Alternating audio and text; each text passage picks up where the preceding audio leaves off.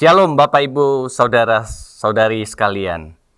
Senang sekali bertemu dengan Bapak Ibu Saudara sekalian pada hari ini, baik yang ada di church online maupun yang ada di YouTube.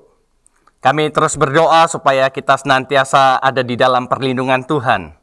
Dan kita percaya kita pasti akan bisa melewati semuanya ini dengan pertolongan dan kuasa Tuhan. Pada hari ini, kita akan memuji dan menyembah Tuhan. Kita persiapkan hati kita. Kiranya ibadah hari ini akan memberkati kita. Hari ini juga kita akan diberkati oleh firman Tuhan yang akan disampaikan oleh Bapak Gembala, yaitu Bapak Pendeta Budi Setiawan, dan disertai dengan perjamuan kudus. Dan marilah pada saat ini kita mempersiapkan hati kita semuanya di dalam doa. Bapa kami yang di surga, kami berdoa kiranya hari ini akan membawa berkat yang besar di dalam kehidupan kami. Sebentar kami akan memuji dan menyembah Tuhan, mendengarkan firman Tuhan, disertai dengan perjamuan kudus. Engkau materaikan semuanya ini. Kiranya yang sakit disembuhkan, yang lemah dikuatkan, dan kekuatan yang baru diberikan. Di dalam nama Tuhan Yesus, kami berdoa dan kami bersyukur. Amin. Selamat beribadah, Tuhan Yesus memberkati kita semuanya.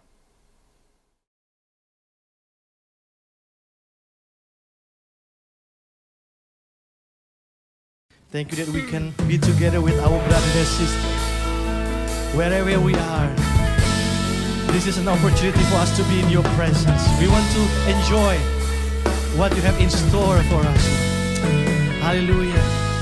Let's focus our heart, Lord. Hallelujah. Thank you, Jesus. Oh God. Thank you, Jesus. Oh, hallelujah. We sing this in bahasa Indonesia. Yesus, kau sungguh baik.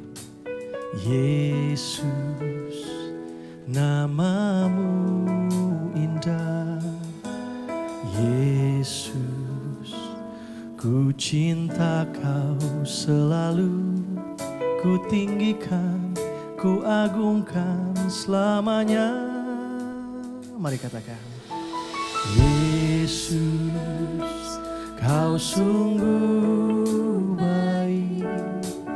Yesus, namamu indah.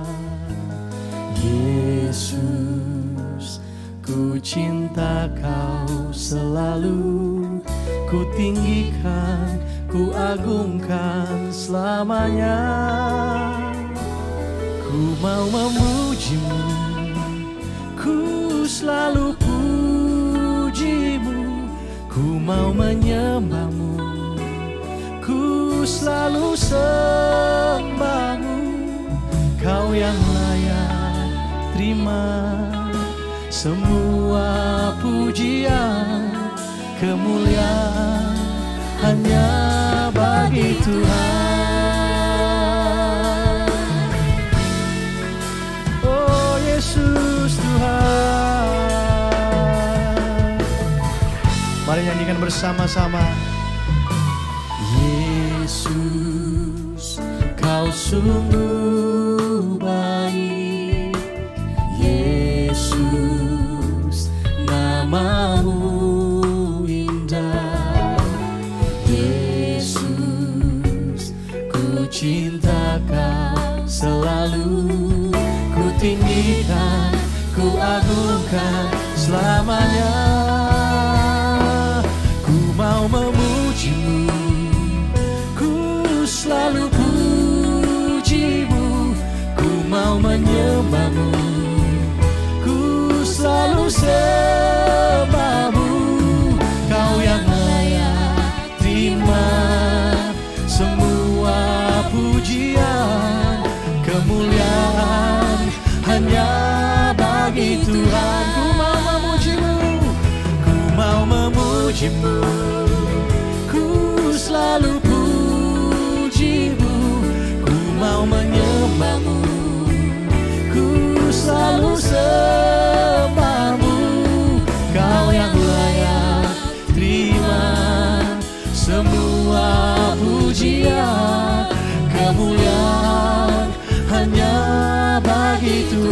just worship Him. Come on.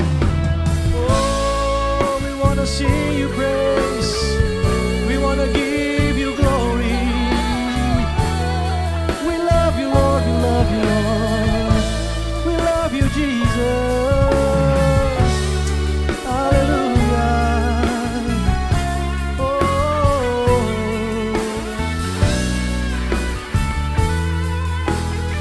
Katakan sama-sama.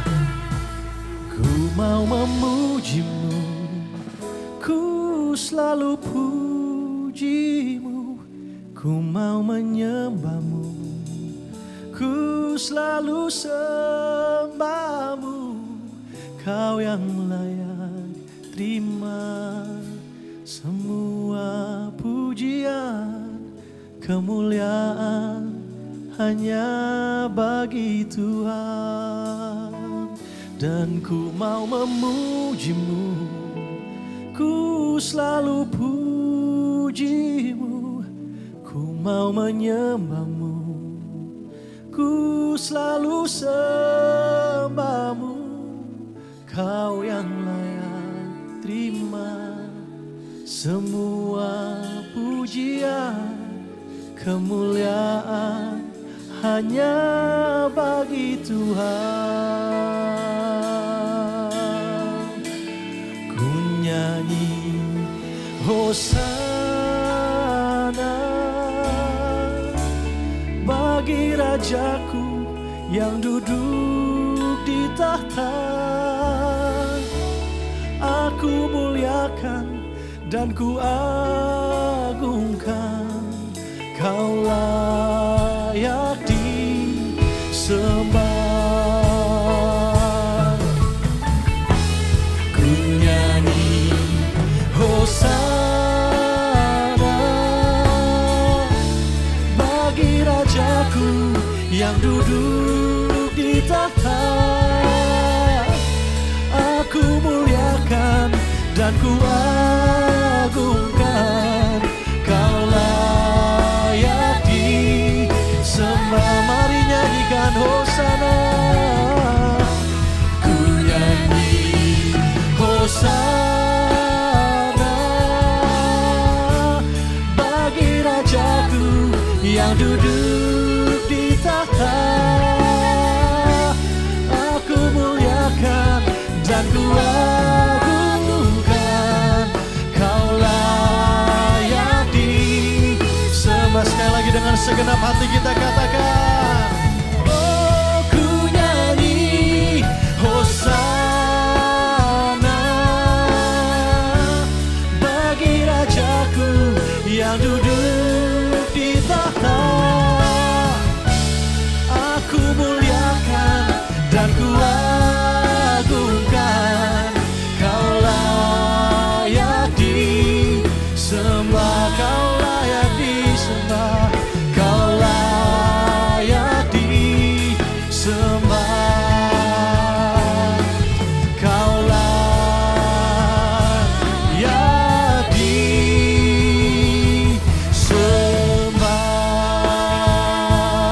Oh, we worship you, Lord. We worship you, Jesus.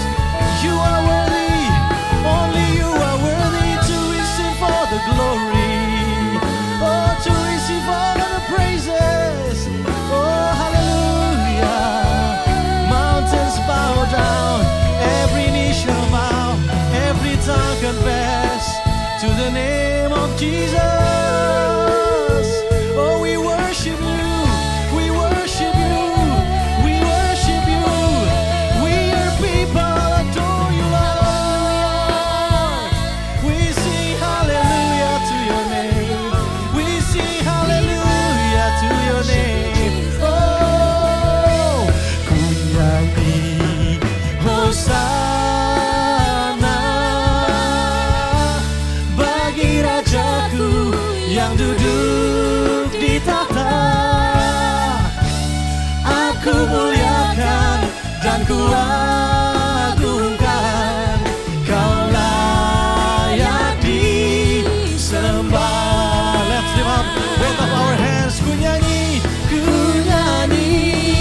Hosana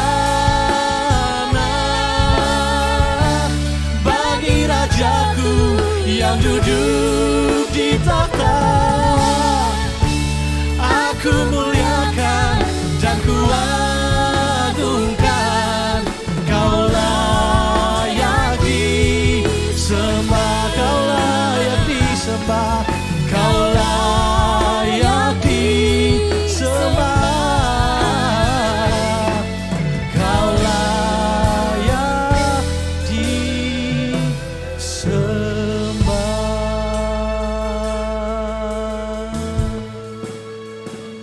kau layak disembah Tuhan.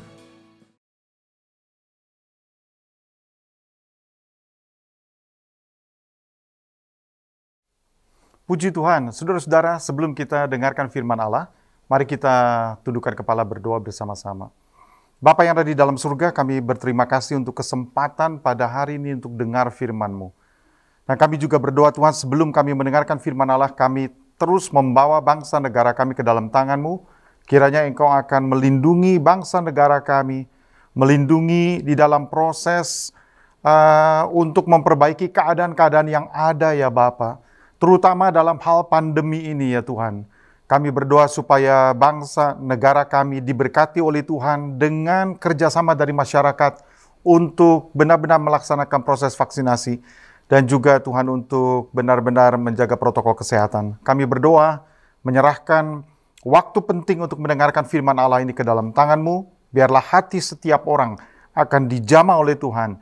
Dan saudara-saudara kami yang sedang mendengarkan firman Allah yang disampaikan, kami berdoa Tuhan supaya kalau ada di antara mereka yang tubuhnya lemah, kiranya Engkau akan jamah mereka dan Engkau kuatkan dan Engkau sembuhkan dari berbagai kelemahan tubuh di dalam nama Tuhan Yesus Kristus. Terima kasih Tuhan, kami percaya kuasa-Mu, kami percaya mujizat-Mu Tuhan, kami percaya jalan keluar yang diberikan oleh Tuhan. Terima kasih ya Bapa. Terpuji nama-Mu Tuhan, dalam nama Yesus kami sudah berdoa, haleluya, amin. Puji Tuhan, saudara-saudara, pada hari ini saya ingin menyampaikan kepada kita semua tentang apa yang akan terjadi jikalau Yesus pada hari ini, pada masa pandemi ini yang mungkin kita kategorikan, saudara-saudara, karena kita sudah memasuki fase yang kita sebut sebagai PPKM Mikro untuk ke kota kita. Saudara-saudara, kita berdoa ya supaya Tuhan akan tolong semua bisa dilalui dan dilewati dengan baik. Tetapi saya bisa bayangkan saudara-saudara, jikalau Yesus jalan di kota kita pada hari Minggu. Jikalau Yesus berjalan di antara gedung-gedung yang ada pada hari Minggu, on Sunday. Mungkin jam 8 pagi, mungkin jam 10 pagi. Saudara-saudara, kira-kira dengan sekian banyak gereja yang mengadakan kebaktian dalam keadaan normal, kira-kira kemanakah Yesus akan masuk untuk ikut kebaktian? Saya akan bacakan Yohanes 17 ayat 23 sebagai dasar firman Allah pada hari ini. Berbunyi begini, Aku di dalam mereka dan engkau di dalam aku, supaya mereka sempurna menjadi satu, agar dunia tahu bahwa engkau yang telah mengutus aku, dan bahwa engkau mengasihi mereka sama seperti engkau mengasihi aku. Saudara-saudara, di dalam Yohanes pasal yang ke-17, saudara akan menemukan rangkaian doa yang cukup panjang dari Yesus. Dan di antara doa itu dia meminta kepada Bapa agar Bapa akan menolong anak-anak Tuhan yang kemudian akan percaya, yang anak-anak Tuhan yang akan berkumpul bersama-sama akan menjadi satu. Dan saudara-saudara, dengan perkataan yang Tuhan katakan, Yesus katakan bahwa mereka sempurna menjadi satu. Ya, terlepas daripada tujuannya di sini dikatakan agar dunia tahu. Tetapi saudara-saudara, keinginan dan doa dari Yesus sendiri adalah bahwa mereka sempurna menjadi satu. Kita sempurna menjadi satu. Nah, apakah doa itu sudah terjawab pada hari ini? Saudara-saudara, itu pertanyaan yang sangat besar. Dan hari ini saya ingin menyampaikan kepada kita semua, saudara-saudara, selain soal pertanyaan tersebut, kita harus memikirkan tentang fakta dan data tentang kekristenan. Dan juga mungkin kita bertanya, kok banyak sekali ya jumlah gereja maupun jumlah sinode. Lalu apa yang sama dari sekian banyak sinode denominasi gereja? Dan saudara-saudara, selain doa Yesus, apakah perjanjian baru menyebutkan tentang keinginan Tuhan soal gereja yang satu? Saudara-saudara, manakah yang disebut gereja yang benar? Dan apa yang harus kita lakukan, saudara-saudara? Atau bagaimana caranya kita bergabung dan memilih gereja yang akan kita masuki? Saudara-saudara, sekali lagi, kalau Yesus berjalan pada hari Minggu, pernahkah saudara berpikir kemana dia akan berbakti? Tentu saja sebagai, kalau setiap gereja ditanya, mereka akan bertanya, Yesus akan mampir ke gereja kami. Ya, pastilah akan ke gereja kami. Karena saudara-saudara, mungkin orang mengatakan bahwa ya, dengan kondisi gereja kami pasti Yesus sangat menyukainya. Saudara-saudara, atau mungkin akan ada yang langsung membantah dan berkata begini, tidak mungkin. Ya, sebab Yesus adalah Tuhan dari Sabat. Jadi dia tidak mungkin akan memilih gereja.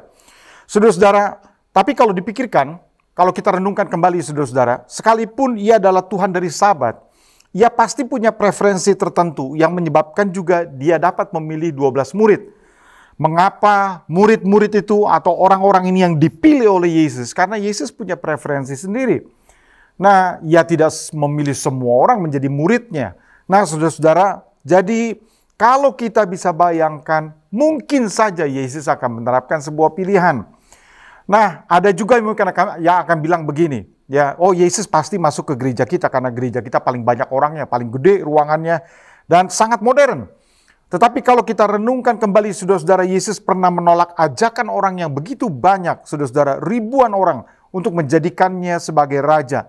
Ia menyingkir dan malah saudara-saudara mengambil waktu untuk secara sendirian berdoa. Nah, sebaliknya ada saudara-saudara yang akan bilang begini, ya tidak mungkin Yesus masuk ke gereja saya karena gereja saya kecil. Tapi kalau dipikirkan saudara-saudara, Yesus juga menaruh perhatian kepada kelompok yang kecil, kumpulan-kumpulan yang kecil. Ia mengunjungi beberapa rumah, misalnya dia mengunjungi rumah ibu mertua Petrus, ya. Dia mengunjungi rumah dari Maria dan Marta, Lazarus. Saudara-saudara, jadi kalau kita renungkan kembali, sebenarnya ada banyak alasan yang membuat kalau kita sebut bahwa Yesus memiliki preferensi, dia akan membuat pilihan. Tapi saudara-saudara, di pihak lain, kalau kita juga memikirkan tentang Yesus yang hidup, yang berada di dalam rohnya, kehadiran rohnya, di semua gereja yang mengagungkan, memberitakan Injil Yesus Kristus, mungkin hati kita semua gembira, karena baik gereja maupun gereja kecil, gereja besar maupun gereja kecil, saudara-saudara, gereja modern maupun gereja sederhana, sepanjang dia memuliakan Yesus, Yesus akan ada di sana. Tetapi sekali lagi pertanyaannya saudara-saudara, yang menggelitik dan menggoda kita, hanya jika mungkin Yesus berjalan pada hari Minggu secara fisik satu tubuh, kemanakah dia akan pergi saudara-saudara, kemanakah dia akan pilih? Nah, bagaimana dengan gereja di dalam pandangan Allah? Nah, kalau kita lihat Alkitab, saudara-saudara, maka kita akan temukan bahwa hanya ada satu yang disebut eklesia. Nah, eklesia yang artinya kumpulan orang yang telah dipanggil keluar. Artinya, saudara-saudara, kita dipanggil keluar dari dunia dan dipisahkan bagi Tuhan.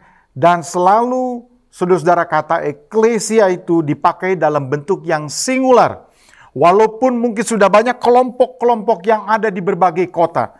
Tetapi saudara akan temukan bahwa penggunaan kata eklesia itu dalam bentuk yang singular. Supaya mereka bisa tahu, pembaca bisa tahu saudara-saudara, bahwa yang dimaksudkan oleh penulis adalah gereja yang satu. Gereja yang umum.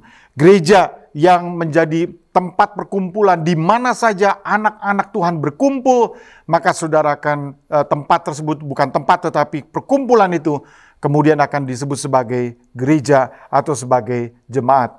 Saudara-saudara, mari kita lihat beberapa fakta dan data tentang kekristenan. Nah, ada berapa aliran utama kekristenan sebenarnya. Saudara-saudara, kalau kita bicara mengenai aliran utama, maka kita akan temukan paling tidak ada 3, saudara-saudara, yaitu Katolik, Protestan, dan Ortodoks Timur. Nah, kalau saudara tanya, misalnya ada berapa jumlah sinode gereja di dunia, ya kira-kira 40 sampai 45 ribu sinode yang ada di muka bumi ini. Kalau saudara tanya ada berapa jumlah gereja, saudara-saudara, maka jumlah gereja di dunia saudara-saudara, adalah 37 juta gereja. Jumlah yang sangat banyak, 37 juta gereja. Nah, barangkali saudara-saudara, karena data ini sangat terbuka bagi umum, mungkin orang akan bertanya, ada berapa jumlah masjid yang ada di dunia ini, saudara-saudara? Jumlahnya 3,6 juta. Jadi kalau ditanya, saudara, perbedaan sangat beda jauh sekali. Nah, saudara-saudara, menurut apa yang dikatakan oleh survei maupun juga penelitian-penelitian yang ada, maka dari jumlah yang sangat besar itu, saudara-saudara akan temukan bahwa jumlah kekristenan mungkin mayoritas kita katakan sebagai Katolik, lalu kemudian juga Protestan, Ortodoks Timur, dan jenis Kristen lainnya. Nah, mungkin langsung saudara-saudara ketika saudara mendengar saya menyampaikan tentang data tadi, saudara akan bertanya begini, kok banyak sekali? Ya memang saudara-saudara banyak sekali. Dan hal itu sudah diantisipasi oleh Yesus. Itu sebabnya dia berkata begini, saudara-saudara, aku di dalam mereka dan engkau di dalam aku, supaya mereka sempurna menjadi satu. Yesus mengantisipasi keadaan di mana begitu rumitnya. Saudara-saudara, bayangin ya kalau saya katakan bahwa 37 juta gereja di dunia, bagaimana bisa dibayangkan saudara-saudara jumlah yang begitu masif, besar, begitu banyak, luar biasa. Nah, saudara-saudara, apa sebabnya sih timbul begitu banyak sinode? Dalam hal ini kita katakan antara sebutan penggunaan kata sinode, denominasi, kita anggap sama, saudara-saudara. Nah, mengapa begitu banyak jenis gereja di dunia ini? Nah, apakah itu sekedar kreativitas Allah, atau sekedar kreativitas dari Roh Tuhan, atau ada sebab lain? Saudara-saudara, di dalam sebuah artikel disebutkan paling tidak ada 4 penyebabnya. Yang pertama, saudara-saudara, dan saya pikir keempat hal ini sangat relevan bagi kita. Yang pertama, saudara-saudara, bahwa kita masih bergumul. Orang Kristen itu masih bergumul, ya. Bergumul dengan apa? Bergumul dengan kesombongan, ya, bergumul dengan mementingkan diri sendiri, mau menang sendiri, keras kepala, saudara-saudara. Yang artinya bahwa kita ini belum mampu untuk menerima perbedaan, dan akhirnya kita akan saling memaksakan pandangan dan kemauan kita. Maka rusaklah hubungan dan persekutuan. Akibatnya, saudara-saudara, selalu ada dorongan ya untuk membuat gereja baru, membuat sinode yang baru atau denominasi yang baru, oleh karena apa yang telah saya sebutkan tadi, ya. Walaupun saudara-saudara, mungkin kita katakan bahwa begitu banyak juga gereja yang muncul oleh karena aspirasi misi, oleh karena langkah misi yang dibuat oleh gereja-gereja, saudara-saudara, maka bermunculanlah begitu banyak gereja. Dan pada dasarnya, maka kita akan melihat bahwa sebenarnya perbedaan-perbedaan yang berasal dari ketidaknyamanan di dalam hati. Ya, mungkin kita sebutkan, saudara-saudara, seperti saya katakan tadi, masalah kesombongan, mementingkan diri sendiri, masalah keras kepala, saudara-saudara, stubborn, kalau ada sesuatu mungkin sulit menyelesaikan.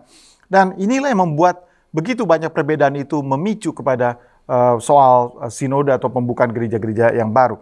Walaupun itu ya, dikatakan oleh seseorang mengatakan begini, saudara-saudara, bahwa Christianity grows by splitting.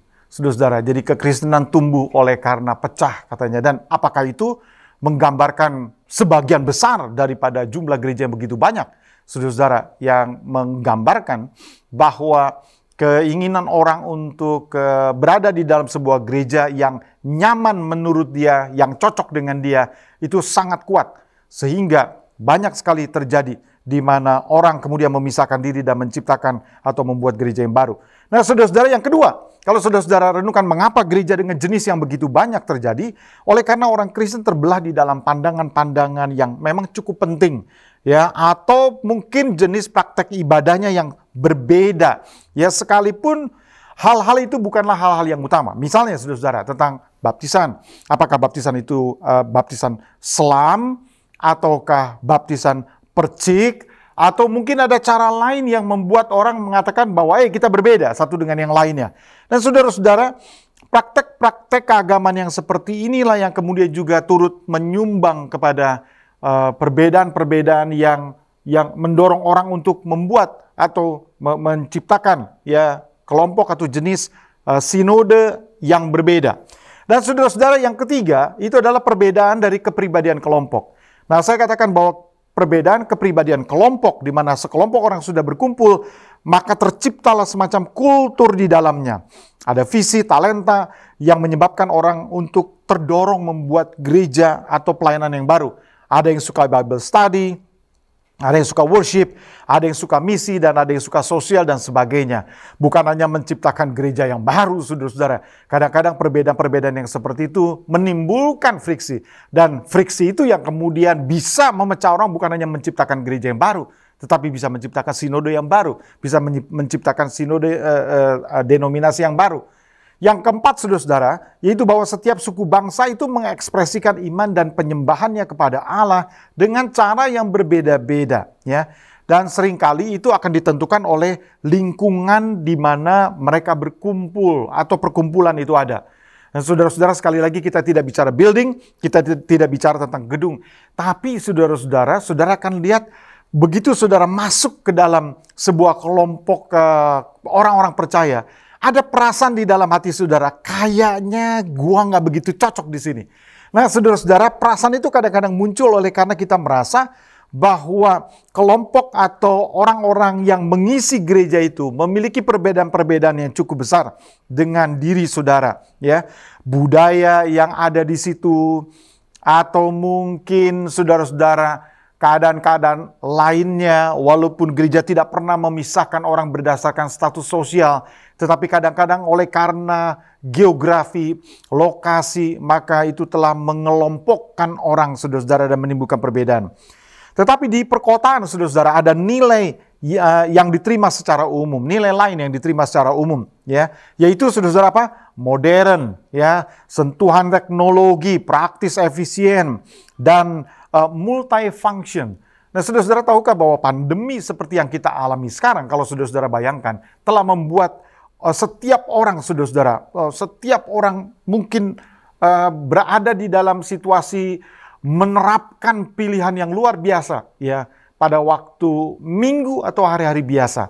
Karena dengan segala kemudahannya, saudara-saudara, bahwa nilai kepraktisan, efisien, ya, saya katakan bahwa ada multifunction, ya, multifungsi, dalam pengertian bahwa kita bisa pergi bergereja, tetapi pulang dari gereja kita langsung berada di mall, saudara-saudara.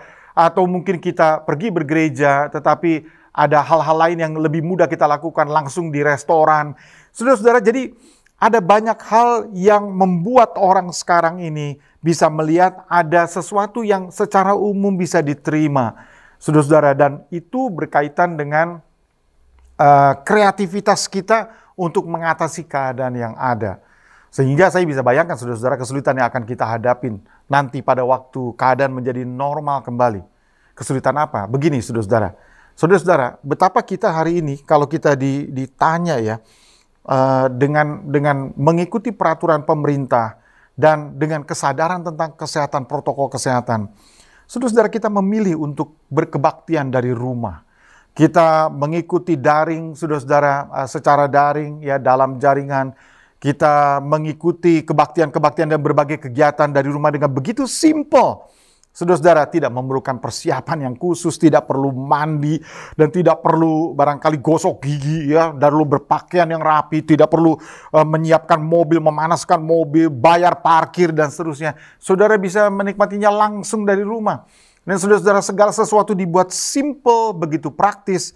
Bahkan saudara-saudara, mulai ada semacam pertanyaan di dalam hati bahwa apa yang suka didengung-dengungkan tentang kita ini jangan sampai kita melupakan untuk selalu berkumpul bersama-sama, seperti Ibrani 10 ayat 25 mengatakan, janganlah kita menjauhkan diri dari pertemuan-pertemuan ibadah kita.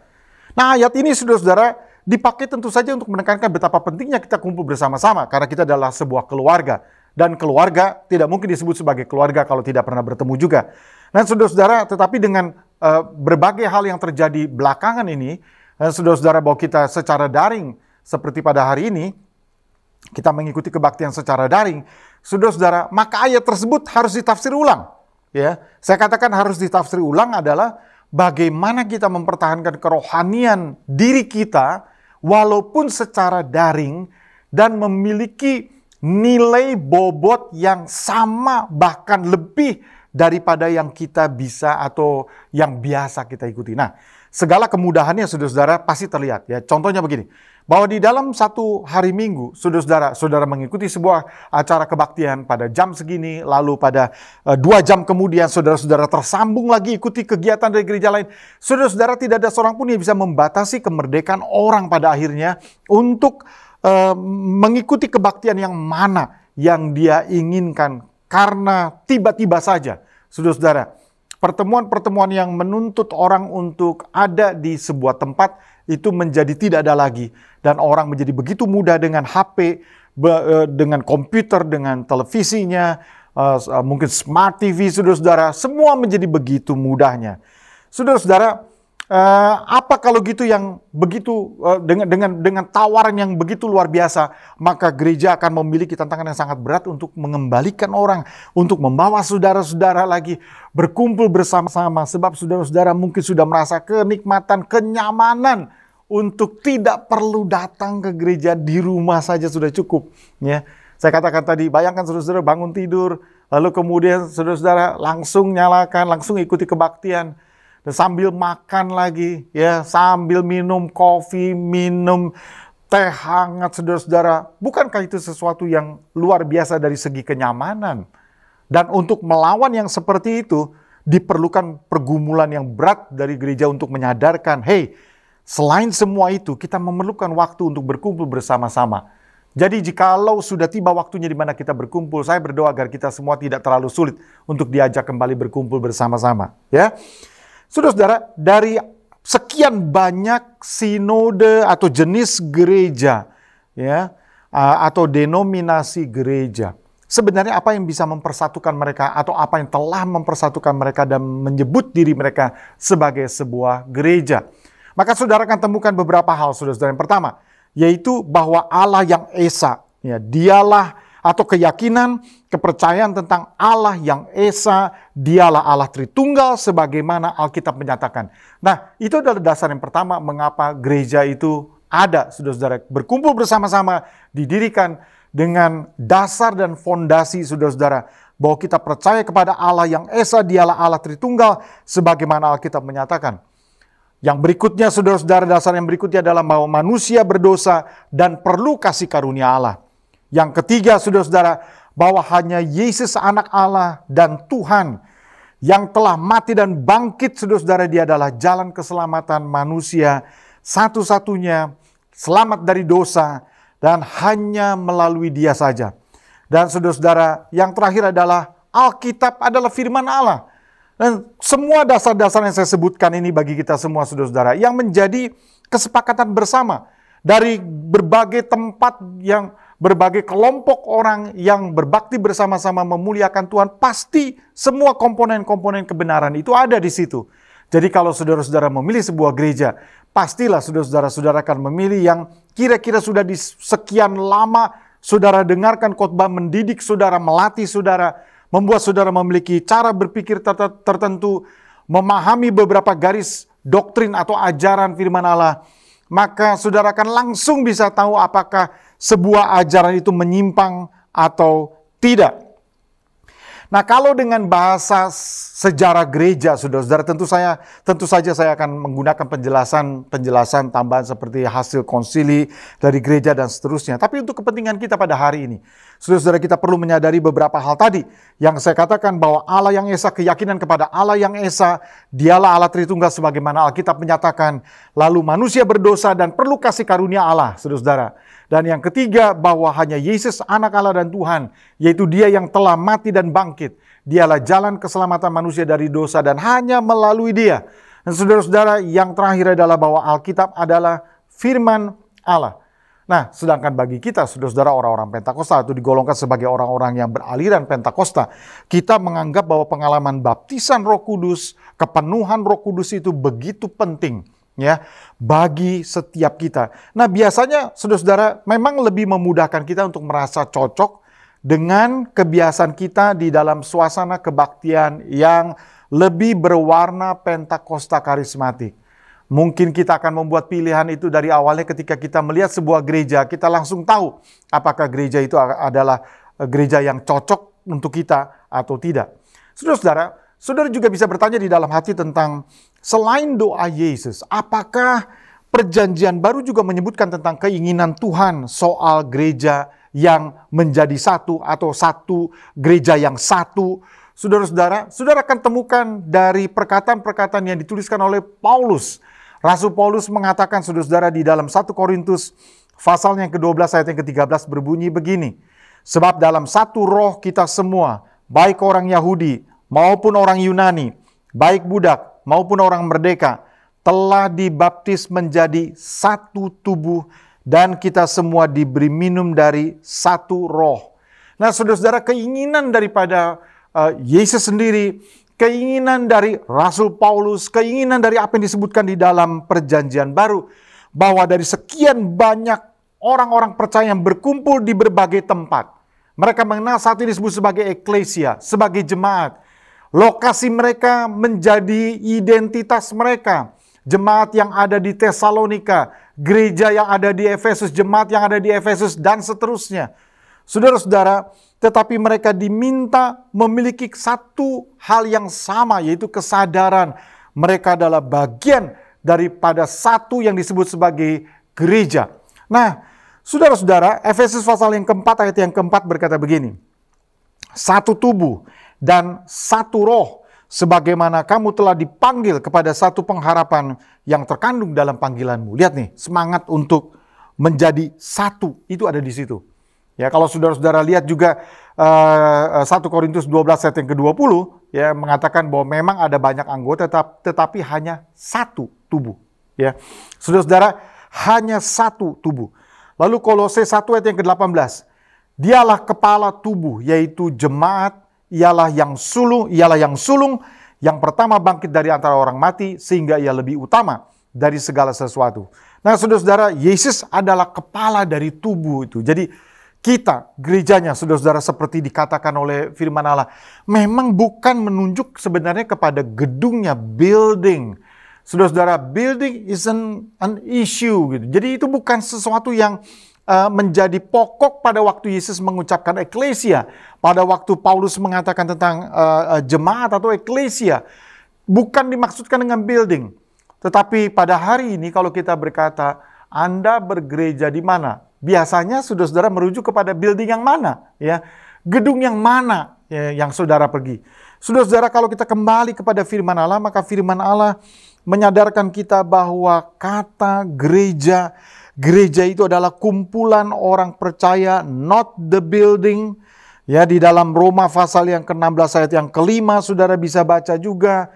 Dan saudara-saudara, mau perkumpulan orang-orang yang percaya, saudara-saudara, baik yang ada di suatu tempat, maupun juga yang mungkin berada di tempat-tempat lainnya. Mereka terpisah satu dengan yang lainnya, ada di mana-mana, tetapi mereka dipersatukan di dalam satu sebutan, yaitu sebagai gereja, sebagai tubuh Kristus. Nah, di dalam 1 Korintus 12, saudara-saudara juga akan temukan seperti kita sudah baca tadi tentang tubuh Kristus, sama dengan Efesus 1 ayat 22 sampai 23. Dan saudara-saudara, Yesus adalah kepala dari tubuh itu. Dan tubuh itu adalah kita, saudara-saudara, gerejanya. Gereja, saudara-saudara, digambarkan sebagai kumpulan orang percaya yang menjalankan fungsi. Nah, berbagai fungsi. Nah, apakah yang diyakini oleh gereja sepanjang masa? Saudara-saudara, ada yang mengatakan bahwa kita memiliki 3 fungsi daripada gereja. Atau ada juga yang menyebutkan kita memiliki 5 fungsi. Nah, untuk sebagian daripada gereja-gereja yang ada, terutama yang beraliran Pentakosta karismatik, mungkin akan memilih apa yang dikatakan dengan 5 dari tujuan gereja. Saudara-saudara, yaitu untuk menyembah, kemudian untuk bersekutu, untuk memuridkan, untuk melayani, dan untuk menginjil. Nah, kelima fungsi itu yang menentukan bagaimanakah kita Kebermanfaatan kumpulan kita bersama-sama sebagai anak-anak Tuhan. Kita berkumpul untuk apa? Kita berkumpul untuk menyembah Dia. Kita berkumpul supaya kita bisa bersekutu satu dengan yang lainnya. Kita berkumpul supaya kita bisa dimuridkan. Kita berkumpul supaya kita bisa melayani satu dengan yang lainnya di dalam tubuh Kristus, di dalam rumah Tuhan bersama-sama. Dan saudara-saudara, kita berkumpul bersama-sama supaya Tuhan akan bisa menjalankan misinya, yaitu penginjilan untuk menjangkau orang lain bagi Tuhan. Nah saudara-saudara, kalau begitu saudara-saudara lihat mengenai berbagai hal yang terkait dengan perbedaan-perbedaan macam begitu. Pasti ada orang yang bertanya begini, nah dari sekian banyak gereja Pak, kalau kita disuruh memilih bagaimana? Nah saudara-saudara, kalau saudara bertanya kepada saya, tentu kita akan mengatakan bahwa ya datanglah ke gereja kami. Tetapi kalau saudara-saudara, tentu yang bertanya adalah di kota lain, bagaimana saudara akan menjawabnya? Bagaimana saudara harus ditolong untuk menerima tuntunan tentang gereja mana yang harus kita pilih? Saudara-saudara, dasarnya yang saudara-saudara mesti ingat adalah bahwa seperti yang saya katakan tadi, gereja itu mengabarkan atau dilandaskan kepada beberapa kebenaran. Yang pertama saudara-saudara, kita menyembah kepada Allah yang Esa, Dialah Allah Tritunggal sebagaimana Alkitab menyatakan. Dan yang kedua saudara-saudara, bahwa manusia berdosa dan perlu kasih karunia Allah. Itu yang sudah disampaikan kepada kita semua. Dan yang ketiga saudara-saudara, hanya Yesus anak Allah dan Tuhan Dialah jalan keselamatan umat manusia dari segala dosa-dosanya. Dan hanya melalui Dia. Dan saudara-saudara, yang keempat adalah bahwa Alkitab adalah firman Allah. Dan kalau orang yang tidak percaya atau sekelompok orang saudara-saudara yang memiliki komponen-komponen ini, tetapi ada satu yang kurang, mungkin kita akan merasa bahwa ada sesuatu yang aneh. Sebab kalau saudara percaya bahwa Yesus adalah anak Allah dan Dia adalah Tuhan dan Juru Selamat satu-satunya, semua itu didasarkan kepada ayat-ayat yang ada di dalam firman Allah. Saudara-saudara, jadi tidak mungkin kalau orang kemudian memiliki satu komponen dan melupakan komponen yang lainnya. Tidak mungkin. Pastilah saudara-saudara, semua komponen itu ada tergabung di dalamnya. Nah, kita bergabung di dalam sebuah gereja dengan memperhatikan sekali lagi dasar-dasar yang sudah saya sebutkan tadi. Dan bertumbuh di gereja itu di dalam geografi kita masing-masing. Gereja adalah sebuah keluarga rohani. Ya, gereja adalah sebuah keluarga rohani. Saudara-saudara, keluarga rohani yang umurnya tentu saja lebih panjang daripada keluarga biologis. Keluarga biologis, kalau kita bayangkan saudara-saudara ya, kakak kita, adik kita yang tinggal di luar kota, ya, mungkin kita bertegur sapa melalui WhatsApp kumpulan keluarga, grup keluarga, kita akan bertegur sapa dengannya. Tapi saudara-saudara, kalau kita bertanya dengan siapa kita lebih sering berjumpa, saudara harus akui bahwa kita lebih banyak berjumpa dengan saudara-saudara kita seiman. Ya, kita kumpul bersama-sama dengan mereka. Bahkan saudara-saudara bukan hanya makan sama-sama, ya berbagi kesulitan, kesusahan, lalu kemudian berbagi sukacita juga. Ya, kalau anak kita menikah, maka kita undang itu teman-teman rohani kita. Kita ingin agar mereka juga merasakan sukacita. Nah, gereja adalah sebuah keluarga rohani, saudara-saudara. Dan keluarga rohani yang dipersatukan apa? Keselamatan di dalam Yesus Kristus. Itu sebabnya kita bersyukur pada Tuhan kalau kita memiliki keluarga rohani. Nah, apakah berarti orang yang tidak memiliki keluarga rohani itu menjadi yatim piatu juga secara rohani? Bisa jadi. Bisa jadi saudara-saudara. Karena kalau orang tidak memiliki keluarga rohani, ya, keluarga rohani, kemana dia akan istilahnya nyantol begitu ya? Kemana dia akan kalau menghadapi kesulitan, lalu kemudian bertumbuh, lalu kemudian identifikasi dirinya sendiri, ya keluarga siapa? Saudara-saudara, betapa pentingnya kita untuk bergabung di dalam sebuah gereja. Karena gereja itu adalah keluarga rohani. Dan bergabung dalam sebuah gereja, saudara-saudara, adalah untuk pertumbuhan rohani kita. Ya, di dalam semua aspek-aspek yang mungkin saudara ingat tadi kita katakan bahwa kalau kita bisa menyembah Tuhan bersama-sama, kalau kita bisa melayani bersama-sama, menginjil, kita bisa bertumbuh bersama-sama, ya menjadi seperti Kristus, kita bersekutu, saudara-saudara. Semua aspek-aspek itu akan menentukan arah pertumbuhan rohani kita. Kita mendalami persekutuan, kita bersama-sama dengan saudara-saudara kita, saudara-saudara, walaupun mungkin kita katakan keluarga rohani kita tidak sempurna. Saudara-saudara, nggak ada keluarga yang sempurna. Keluarga rohani juga tidak sempurna. Tidak ada gereja yang sempurna. Saudara-saudara, seorang memberikan guyonan, mengapa gereja tidak sempurna? Mengapa sebuah gereja menjadi tidak sempurna? Jawabannya sederhana, karena kita ada di dalamnya, saudara-saudara. Coba kalau nggak ada kita, barangkali gereja itu sempurna ya. Nah, artinya saudara-saudara bahwa memang kita harus akui bahwa kita adalah part of the problem. Kita adalah bagian daripada masalah yang saya katakan tadi, pergumulan ego kita, ya. Kita mau menang sendiri dan seterusnya, yang kadang-kadang membuat orang terpisah dari keluarga rohani. Tetapi prinsipnya memang tidak ada gereja yang sempurna, nggak ada. Saudara pergi kemana saja, tidak akan ada gereja yang sempurna. Kalaupun saudara lihat katanya, saudara jangan masuk, sebab kalau saudara masuk jadi tidak sempurna. Ya, saudara, maksudnya kita ini sumber ketidaksempurnaannya. Nah, tidak ada gereja yang sempurna. Yang membuat gereja tidak sempurna sekali lagi adalah kita juga. Kita yang membuatnya menjadi tidak sempurna.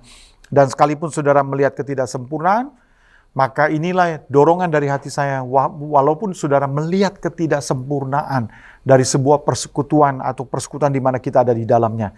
Saudara-saudara, ketidaksempurnaan itu tidak boleh membuat kita menjadi orang yang tidak baik. Ya, saya yakin bahwa ketidaksempurnaan sebuah persekutuan atau keluarga rohani harus saudara tetap bertahan untuk menjadi orang yang baik. Mengapa saudara-saudara? Oleh karena barangkali memang Tuhan menginginkan saudara-saudara untuk atau menginginkan kita ada di situ di tengah-tengah mereka supaya kita bisa mempengaruhi dan memberikan berkat menjadi contoh bagi mereka. Saudara-saudara, barangkali kehadiran kita menjadi jawaban dari sebagian orang yang berdoa agar Tuhan akan melakukan sesuatu. Saudara-saudara, sekali lagi mereka yang tidak ada di dalam keluarga rohani, sayang sekali, saudara-saudara, kita akan menjadi orang yang kita sebut sebagai yatim piatu secara rohani. Ya, mereka yang tidak ada di dalam sebuah keluarga rohani, ya memerlukan dukungan yang luar biasa besar kalau mereka tidak tergabung, saudara-saudara. Mengapa? Karena menghadapi segala sesuatu sendirian bukanlah sesuatu yang gampang. Apalagi kalau desain diri kita, Tuhan mendesain kita bukan untuk hidup sendiri. Kita harus bisa bersama-sama dengan orang lainnya. Tidak semudah yang kita pikirkan. Nah, kalau begitu, saudara-saudara, mungkin kita bertanya begini. Nah, berikan kepada kami petunjuk praktis untuk memilih sebuah gereja. Nah, saudara-saudara, sekali lagi kalau kita bicara mengenai gereja, tidak ada gereja yang sempurna. Dan masing-masing di zaman modern ini, pastilah tahu, saudara-saudara, mengenai apa yang harus dilakukan oleh sebuah gereja dalam mengembangkan pelayanan. Nah, mau tidak mau, saudara-saudara, akhirnya kita membuat pilihan. Orang membuat pilihan. Pada akhirnya seperti itu. Barangkali, saudara-saudara, tips yang bisa kita berikan adalah, kalau kita berada di sebuah tempat, di sebuah kota, saudara-saudara, maka kita membuat pilihan bergabung bersama-sama, memerlukan kunjungan beberapa kali ke dalam sebuah gereja untuk merasakan mana yang cocok dengan kita dan keluarga kita. Tidak semua yang saudara masukin akan cocok, ya. Nah, mungkin saudara katakan begini, Pak, rasanya terkesan agak duniawi kalau kita bicara tentang memilih gereja. Ya, saudara-saudara, dalam kenyataannya memang kita akan lebih banyak dipengaruhi oleh apa yang kita pikir cocok dengan kita. Mau tidak mau, akhirnya pilihan akan dilakukan. Nah, saudara memilih untuk bergabung dengan sebuah perkumpulan, saudara-saudara, perkumpulan anak-anak Tuhan, kekeluargaan rohani. Saudara akan berada di dalamnya dan saudara-saudara melihat berbagai hal dan memang diperlukan pengalaman lebih daripada sekali ya untuk berkunjung dan melihat dan merasakan kecocokan. Dan saudara-saudara, kecocokan kadang-kadang sulit untuk diterangkan. Mengapa cocok, saudara-saudara? Sulit diterangkan.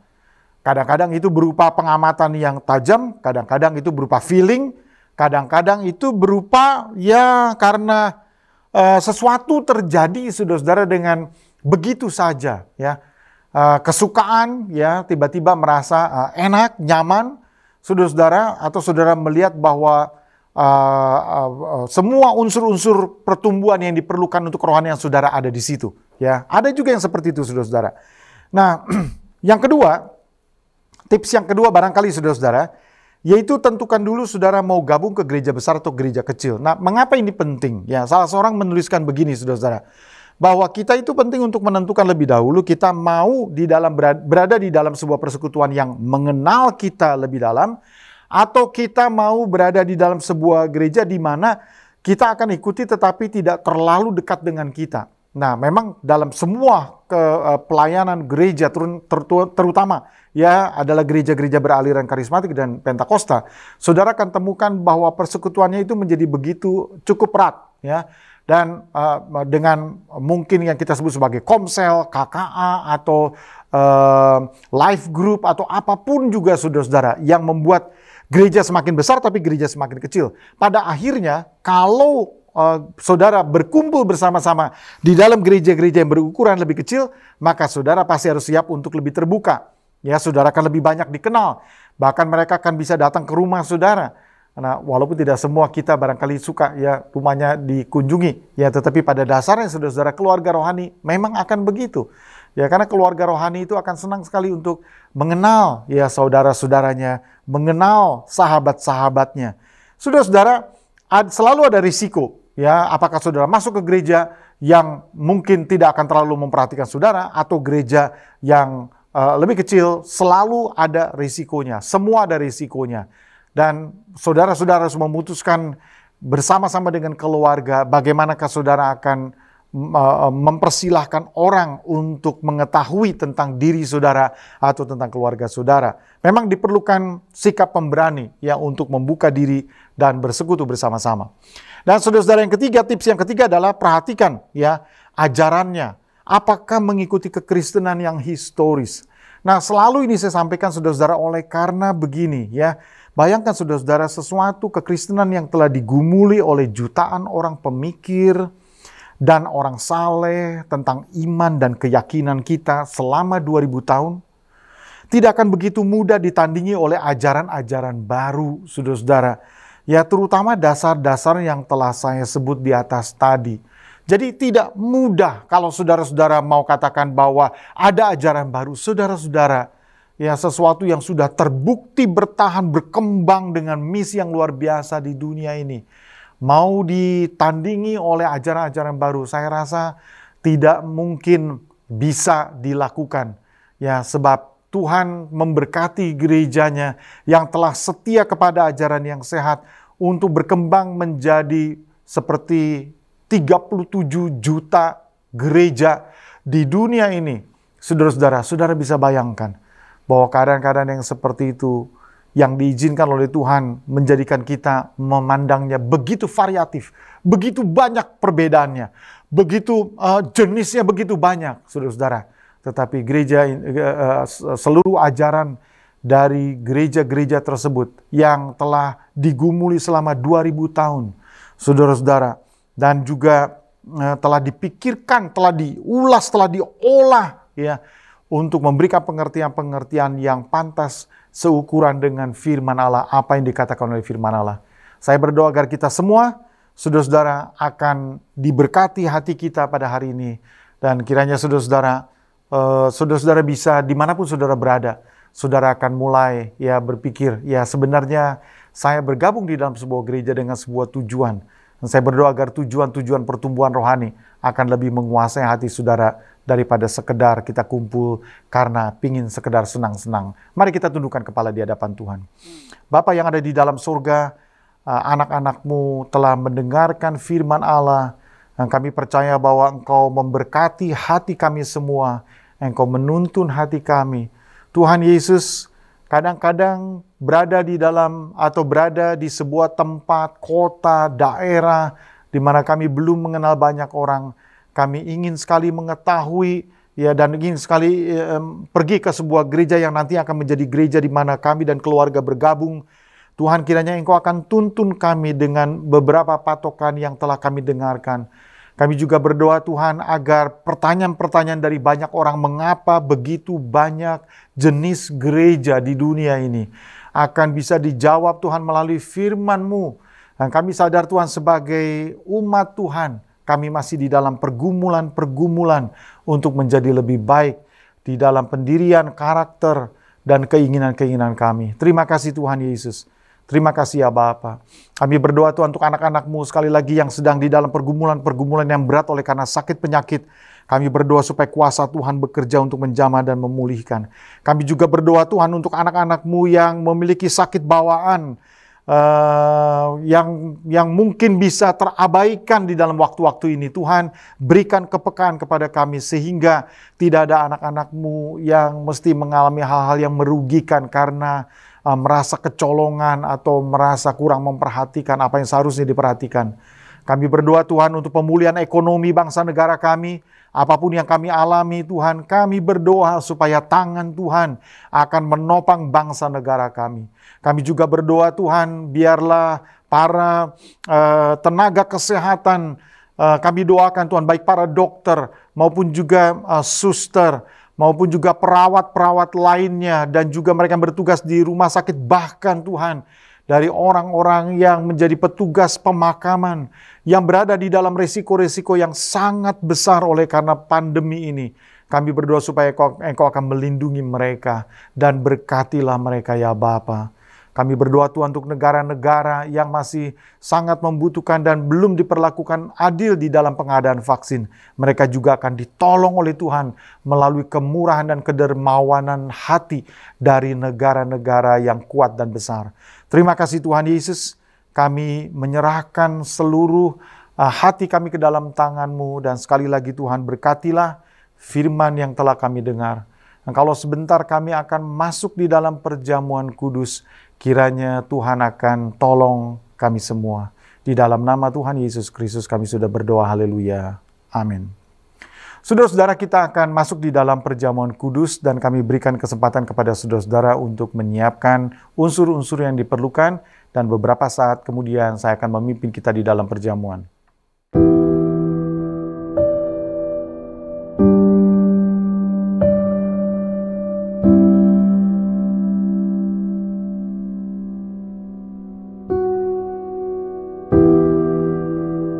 Saudara-saudara, kalau kita sudah siap dengan perjamuan kudus, maka kami meminta saudara-saudara ya, di tempat di mana saudara ada, kita berdiri bersama-sama, kita akan melaksanakan dan memulai perjamuan kudus ini.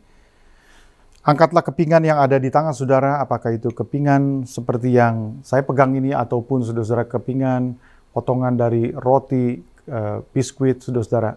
Mari kita mengangkatnya di hadapan Tuhan. Saya akan bacakan dari 1 Korintus 11 ayat 23-26.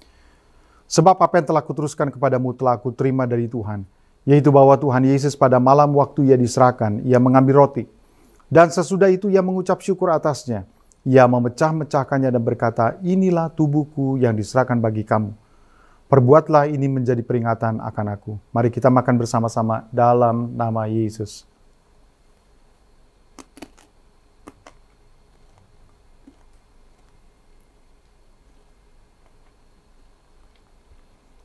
Angkatlah cawan itu di tangan kanan saudara. Demikian juga ia mengambil cawan sesudah makan lalu berkata, cawan ini adalah perjanjian baru yang dimeteraikan oleh darahku. Perbuatlah ini setiap kali kamu meminumnya menjadi peringatan akan aku. Sebab setiap kali kamu makan roti ini dan minum dari cawan ini, kamu memberitakan kematian Tuhan sampai ia datang. Mari kita minum bersama-sama dalam nama Yesus. Haleluya, haleluya. Haleluya, haleluya. Bapa, kami berterima kasih karena kami bisa merasakan kehadiran-Mu di tempat-tempat di mana kami telah berkumpul sebagai keluarga mengikuti kebaktian ini. Dan Tuhan, kami diberkati melalui firman, kami diberkati melalui perjamuan kudus. Bahkan kalau ada di antara anak-anak-Mu yang sedang menghadapi sakit, kelemahan tubuh, Engkau bekerja untuk memulihkan dan menyembuhkan, sebab oleh bilur-bilur Yesus kami disembuhkan. Bapa di surga, kuasa-Mu tetap ada dan nyata bagi kami semua. Engkau sumber pertolongan kami. Engkaulah sumber pembuat mujizat bagi hidup anak-anak-Mu. Terima kasih Tuhan Yesus. Haleluya. Haleluya. Tuhan, kalau ada di antara kami yang telah mendengarkan firman Allah, membutuhkan kekuatan daripada-Mu ya Bapa, kiranya penumpangan tangan-Mu di atas saudara-saudara kami secara langsung akan memberkati hati dan hidup kami. Terima kasih Yesus. Haleluya. Saudara-saudara, marilah kita bersama-sama mengucapkan pengakuan iman rasuli. Aku percaya kepada Allah, Bapa yang Maha Kuasa, Khalik langit dan bumi, dan kepada Yesus Kristus, anaknya yang tunggal Tuhan kita, yang dikandung daripada Roh Kudus, lahir dari anak darah Maria, yang menderita sengsara di bawah pemerintahan Pontius Pilatus, disalibkan, mati, dan dikuburkan, turun ke dalam kerajaan maut. Pada hari yang ketiga bangkit pula dari antara orang mati, naik ke surga, duduk di sebelah kanan Allah Bapa yang Maha Kuasa. Dan dari sana ia akan datang untuk menghakimi orang yang hidup dan yang mati. Aku percaya kepada Roh Kudus, gereja yang kudus dan am, persekutuan orang kudus, pengampunan dosa, kebangkitan orang mati, dan hidup yang kekal. Amin.